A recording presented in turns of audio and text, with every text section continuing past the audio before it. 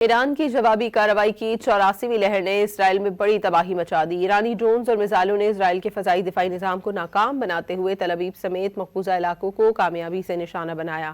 حائفہ میں اسرائیل کے لاجسٹک اور ملٹری سینٹرز پر حملے کیے گئے، جن میں عسکری یونٹ اور فیول ڈیپو شامل ہے۔ تل ابیب اور وسطی اسرائیل کے علاوہ دیگر مقبوضہ علاقوں میں تباہی کے مناظر دیکھے گئے۔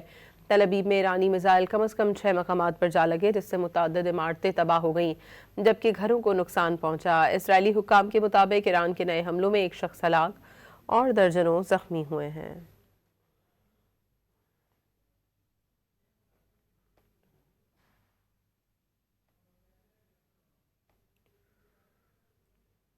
ایران کی جوابی کارروائی کی 84ویں لہر نے اسرائیل میں بڑی تباہی مچا دی۔ ایرانی ڈرونز اور میزائلوں نے اسرائیل کے فضائی دفاعی نظام کو ناکام بناتے ہوئے تل ابیب سمیت مقبوضہ علاقوں کو کامیابی سے نشانہ بنایا۔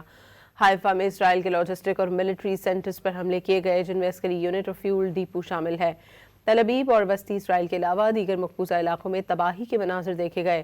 تل ابیب میں ایرانی میزائل کم از کم 6 مقامات پر جا لگے، جس سے متعدد عمارتیں تباہ ہو گئیں، جبکہ گھروں کو نقصان پہنچا۔ اسرائیلی حکام کے مطابق ایران کے نئے حملوں میں ایک شخص ہلاک اور درجنوں زخمی ہوئے ہیں۔